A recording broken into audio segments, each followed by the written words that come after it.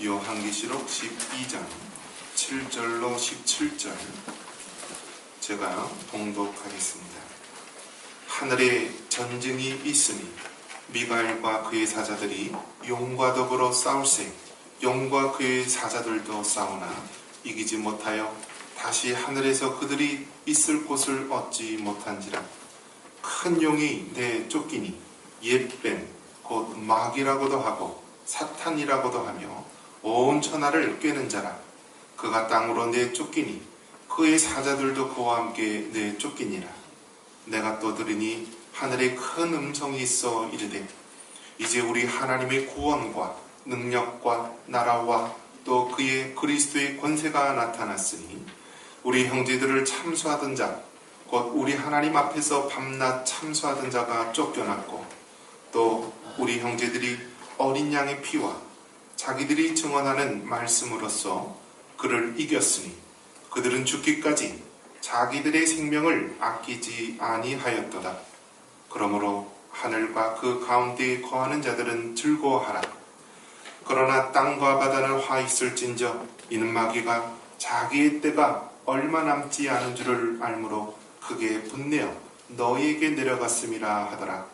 용이 자기가 땅으로 내쫓긴 것을 보고 남자를 낳은 여자를 박해하는지라. 그 여자가 큰 독수리 두 날개를 받아 광야 자기 곳으로 날아가 거기서 그 뱀의 낯을 피하여 한 떼와 두 떼와 반 떼를 양육받으며 여자의 뒤에서 뱀이 그 입으로 물을 강같이 토하여 여자를 물에 떠내려가게 하려 하되 땅이 여자를 도와 그 입을 벌려 용의 입에서 토한 강물을 삼키니 용이 여자에게 분노하여 돌아가서 그 여자의 남은 자손 곧 하나님의 계명을 지키며 예수의 증거를 가진 자들과 더불어 싸우려고 바다 모리 위에 서 있더라. 아멘. 한번 따라해 봅니다. 하늘의 전쟁.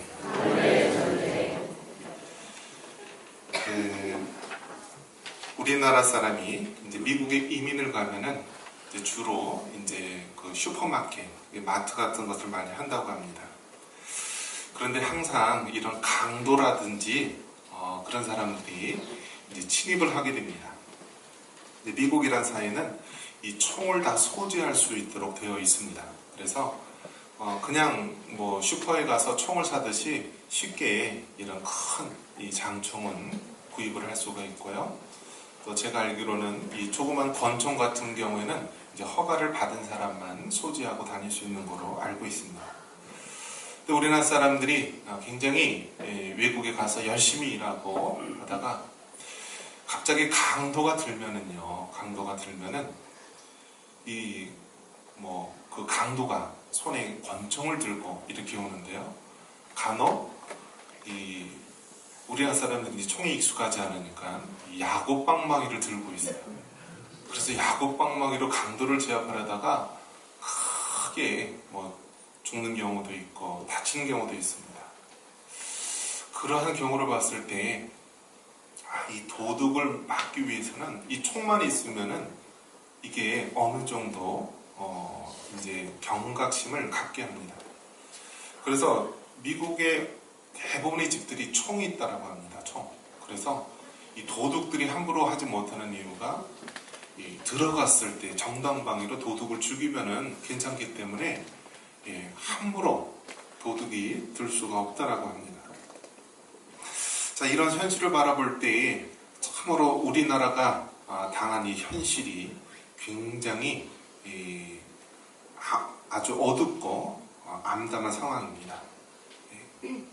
이 위쪽 나라에서는 이 권총을 가졌고 우리는 지금 야구방망이를 가졌는데 어떻게 해야 될지 아주 그 막막한 그런 상황입니다.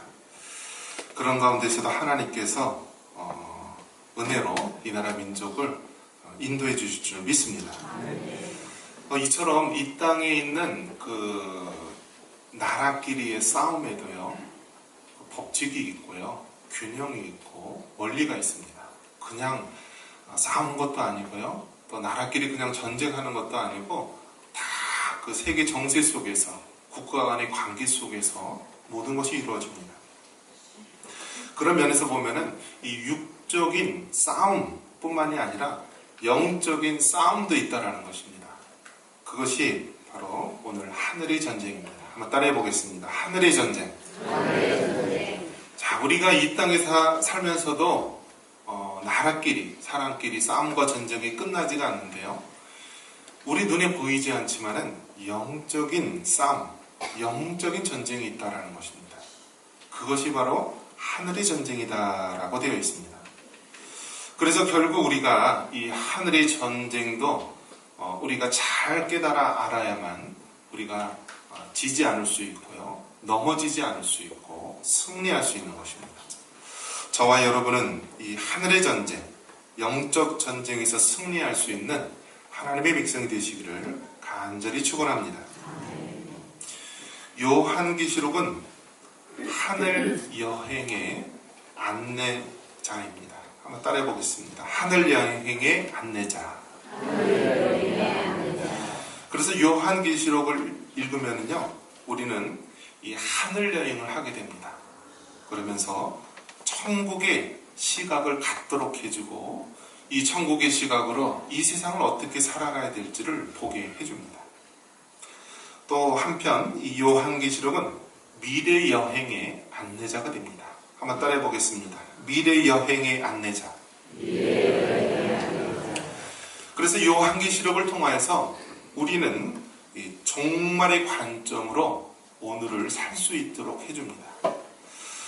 하늘 여행의 안내자, 또 미래 여행의 안내자가 되어서 우리가 천국의 시각으로 이 세상을 살아가고, 또 마지막 때 종말의 관점으로 오늘을 살 수 있도록 해주는 것이 요한계시록입니다. 그런 면에서 이 요한계시록을 듣는 우리 모두는 영적인 축복이 있음을 믿습니다. 이처럼 요한계시록에는 많은 하나님의 되어질 일들을 우리에게 말씀해 주는데요. 요한계시록 1장 1절에 보면은 예수 그리스도의 계시라, 이는 하나님이 그에게 주사 반드시 속히 일어날 일들을 그 종들에게 보이시려고 그의 전사를 그 종 요한에게 보내어 알게 하신 것이다 라면서 시작을 하고 있습니다. 여기서 보면은 반드시 속히 일어날 일들이라고 말씀합니다.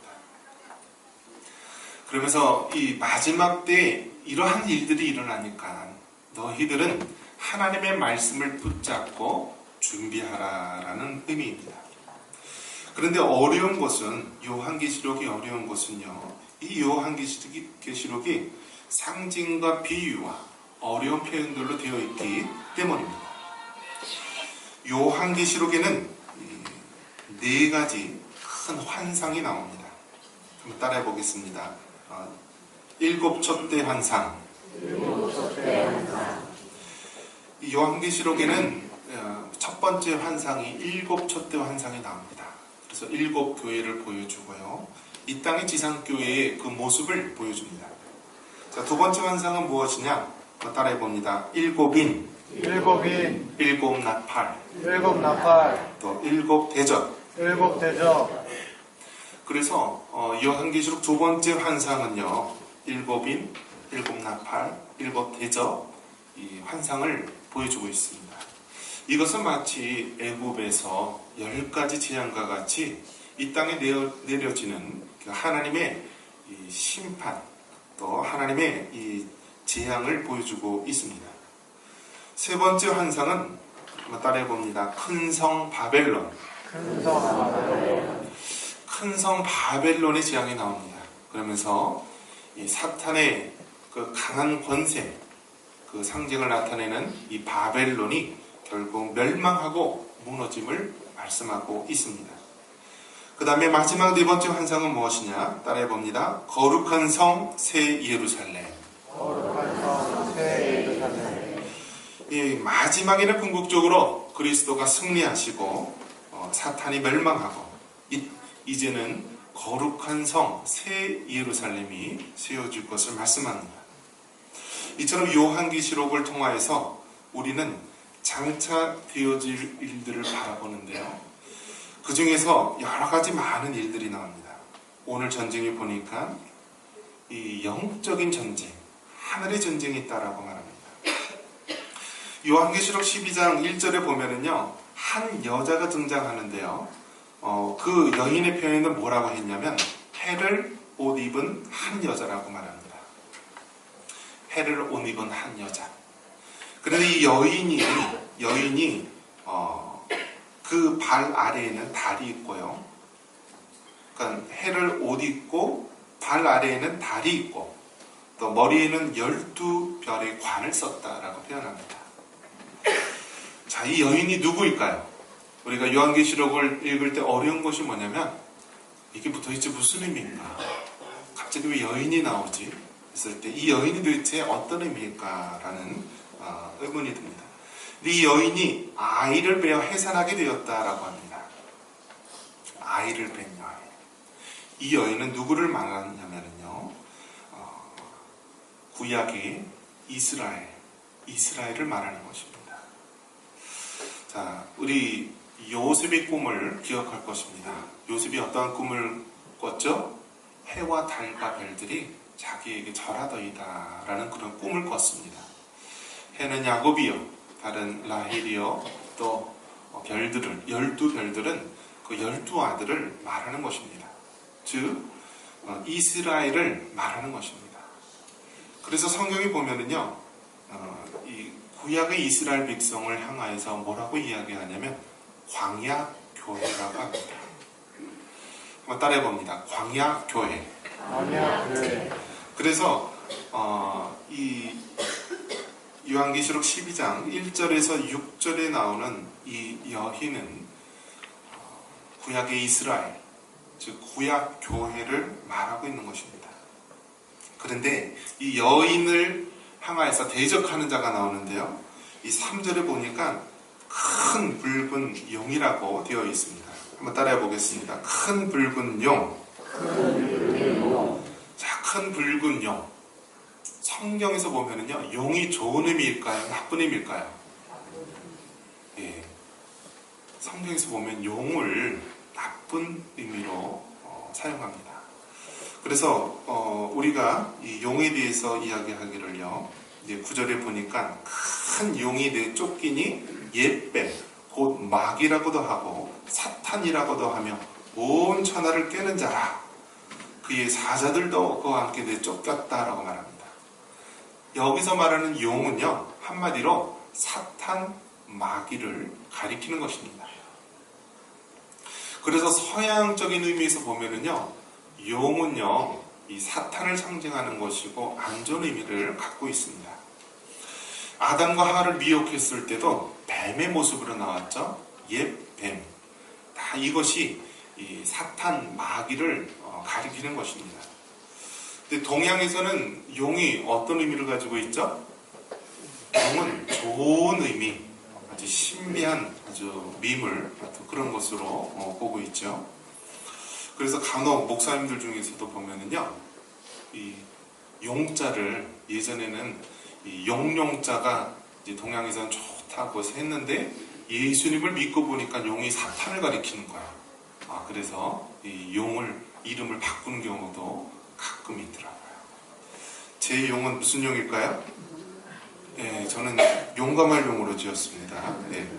어쨌든 이 용은 사탄, 마귀, 이 악한 영들을 말하는 것입니다. 그런데 이 붉은 용, 큰 붉은 용이 머리가 7이고 뿔이 10이고 그 머리에는 7 왕관이 있다라고 말합니다. 이 머리가 7이다라고 이렇게 되어 있는데요, 우리가 여기서 보면은요, 이 사탄 마귀는요, 늘 하나님을 모방하고 흉내를 냅니다. 하나님은 성부, 성자, 성령, 삼위일체 하나님입니다. 그래서 성부 하나님, 성자 예수님, 성령 하나님 이렇게 삼위일체로 계시는데요, 사탄도 늘 하나님을 흉내냅니다. 그래서 어떻게 하냐면 이 사탄도요, 이 사탄을 대표하는 용과 또 두 짐승이 나중에 나오는데요, 이제 땅에서 올라온 짐승, 바다에서 올라온 짐승 하면서 삼위일체 하나님을 흉내내면서 등장하는 것을 보여주고 있습니다. 자, 여러분 한번 물어보겠습니다. 하나님이 강하세요? 사탄이 강해요? 다시요. 하나님이 강하세요? 사탄이 강해요? 확실합니까? 네. 예, 하나님이 강하신 줄 믿습니다.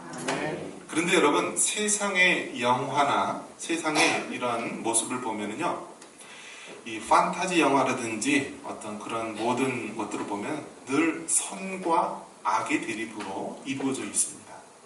그러면서 그 노리는 변수가 뭐냐면요, 이 선한 것과 악한 것이 대등한 입장으로 다루고 있다는 것입니다. 즉, 우리가 세상에 있는 모든 미디어나 영화를 보면은요, 하나님과 세상의 악한 역을 대등하고 동등한 것으로 보고 있다는 것입니다. 그런데 하나님과 사탄은 절대 대등한 것이 아닙니다. 한번 따라해봅니다. 하나님은 창조주시여 사탄 마귀는 영적 피조물이다. 할렐루야. 여러분, 대등한 관계가 아닙니다. 하나님은 창조주시고요, 유일하신 하나님이십니다. 그리고 이 사탄 마귀들은요, 영적인 피조물이에요.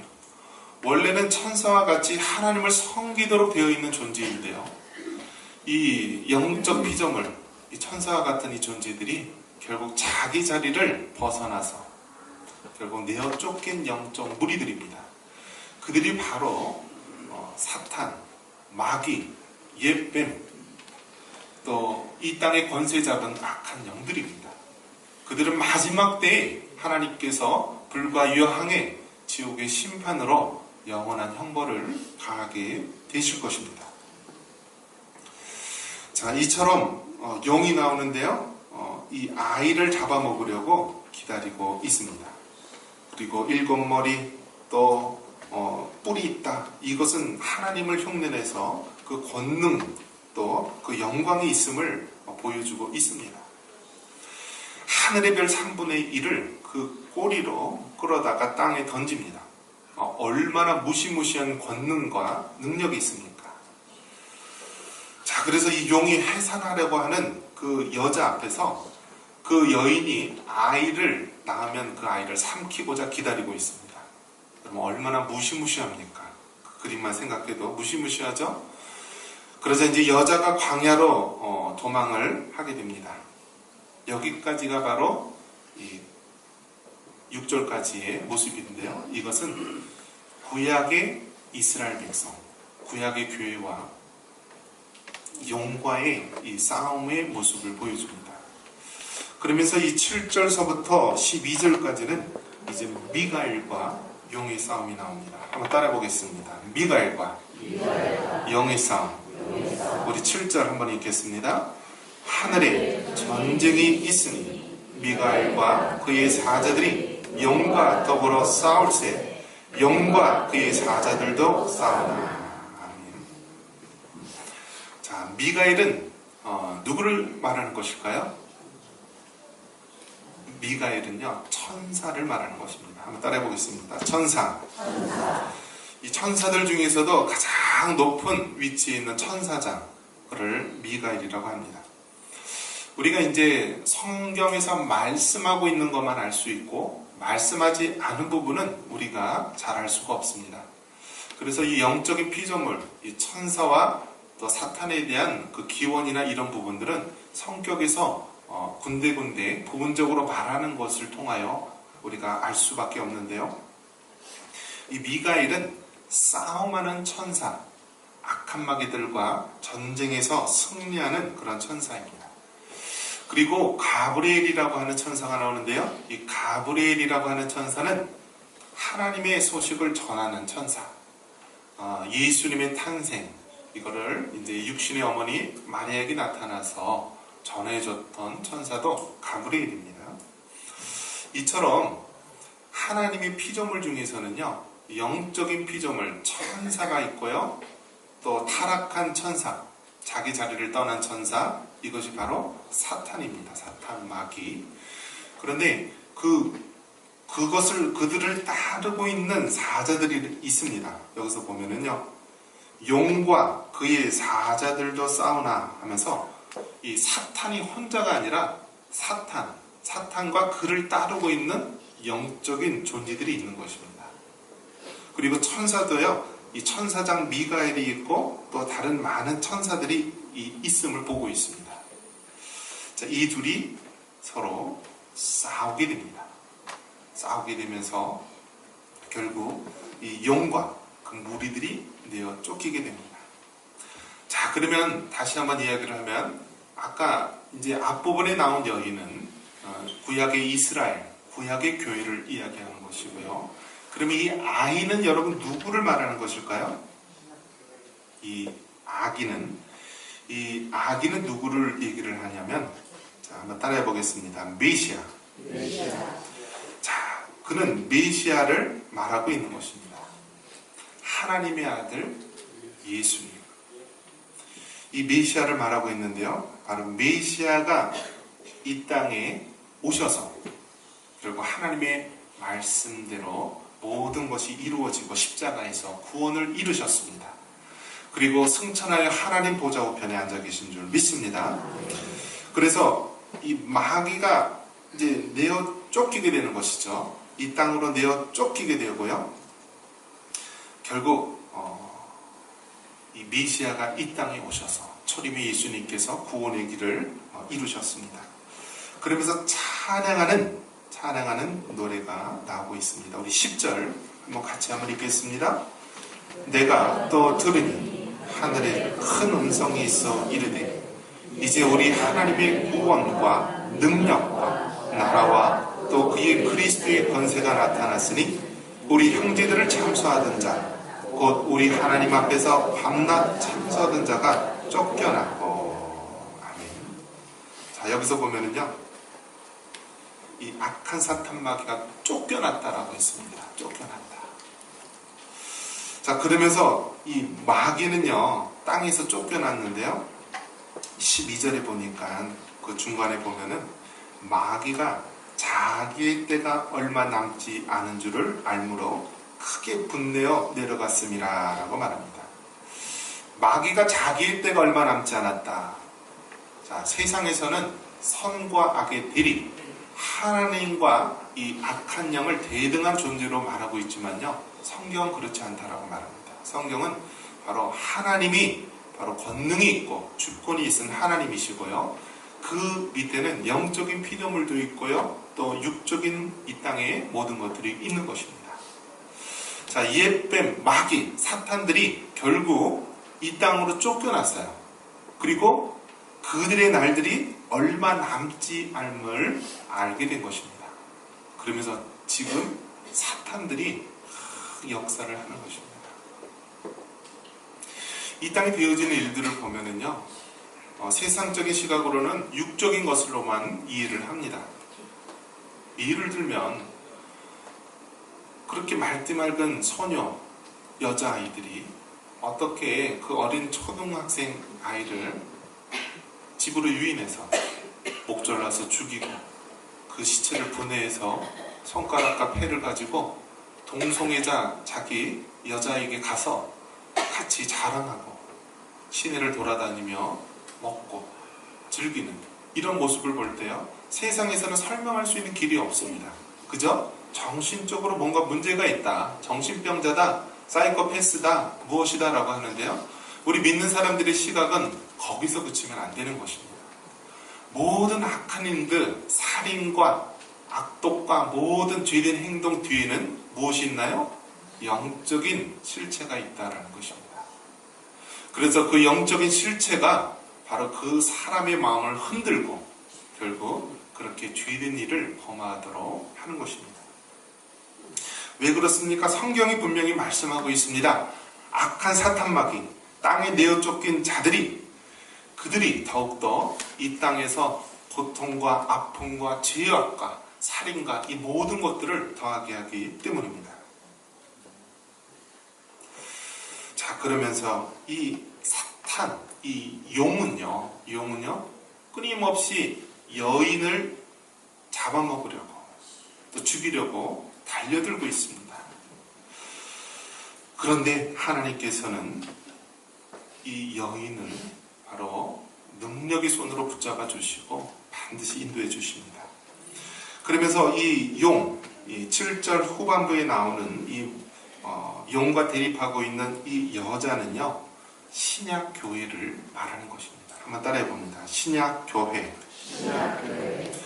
그래서 용은요 비록 땅에 쫓겼지만요 그들의 때가 얼마 남지 않았기 때문에 지금도 여전히 이 여인을 공격하려고 합니다. 그래서 이 여인의 모습을요 이 여인을 정말 죽이고 해하기 위해서 얼마나 애를 쓰냐면요 그 모습을 보면은 17절에 보면은요 바다모래 서 있다라고 말합니다. 여러분 얼마나 무시무시합니까? 용이 여자에게 분노하여 돌아가서 자기 군사들을 다 모으고요 큰 전쟁을 하기 위해서 바다모래 위에 서 있다라고 합니다. 여러분 생각해 보십시오. 악한 영, 이 사탄마귀가 그 여인과 싸우려고 모래 위에 서 있는 모습. 이것은 우리가 살고 있는 이 땅, 여인은 누구를 말한다고 했습니까? 이 땅에 있는 교회를 말하는 것입니다. 교회. 그래서 교회를 향하여서 교회를 죽이고 교회를 무너뜨리기 위해서 악한 사탄마귀가 그 모래 위에 서 있다라는 그런 말씀입니다.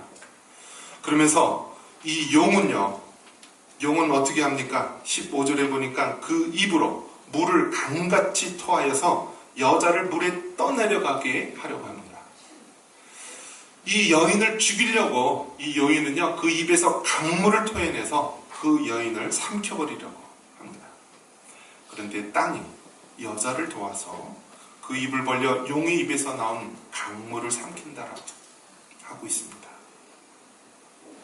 여러분 강물, 홍수가 나면은요 제일 여러분 필요한 게 무엇인지 아십니까? 홍수가 나면은요 생수가 필요합니다. 생수. 주변에 물이 널렸는데도 불구하고요 마실 수 있는 물이 없어서 홍수가 나면 제일 필요한 게 생수가 필요합니다. 영적으로 우리는 이 홍수와 같은 악한 사탄마귀가 이 강물을 내뿜고 오염된 물, 더러운 물, 타락한 물을 온 홍수처럼 이렇게 흘려보내고 있습니다. 이럴 때 우리에게 필요한 것은 무엇인가요? 생수입니다. 생수는 무엇입니까? 하나님의 성령의 충만함을 말하는 것이고 하나님으로부터 부어주시는 은혜를 말하는 것입니다. 여러분 악한 사탄마귀는 지금도 바다 모래 위에 서서 그 이 땅의 여인을 잡아먹으려고 강물을 토하며 핍박을 가하고 있습니다. 하지만 하나님의 능하신 손이 여인을 붙잡아 주시고 이 땅의 교회가 마침내 승리할 것을 믿습니다. 여러분 얼마나 많은 이 땅에 있는 교회들이 핍박을 당하고 있는지 모릅니다. 저 북녘 땅에 있는 교회는 한때는 동방의 예루살렘이라고 했지만 공산주의가 들어서면서 모든 교회들이 다 사라지게 되었습니다. 이슬람권에 있는 교회, 또 세속주의로 정말 이 땅에 있는 많은 교회들이 얼마나 큰 어려움을 겪고 있는지 모릅니다. 여러분, 이 땅에 있는 교회는 하나님이 지켜주시는 줄 믿습니다. 끝까지 하나님의 교회를 우리가 위해서 기도하고 우리에게 주어진 사명을 온전히 감당하기를 바랍니다. 이를 위해서 우리가 말씀으로도 훈련받고 지휘자 훈련도 받고 또 기도 훈련도 받고 성령의 충만한 능력을 받아서 이 시대에 주어진 하나님의 사명을 감당하는 우리 모두가 되기를 주님의 이름으로 축원합니다. 기도하겠습니다.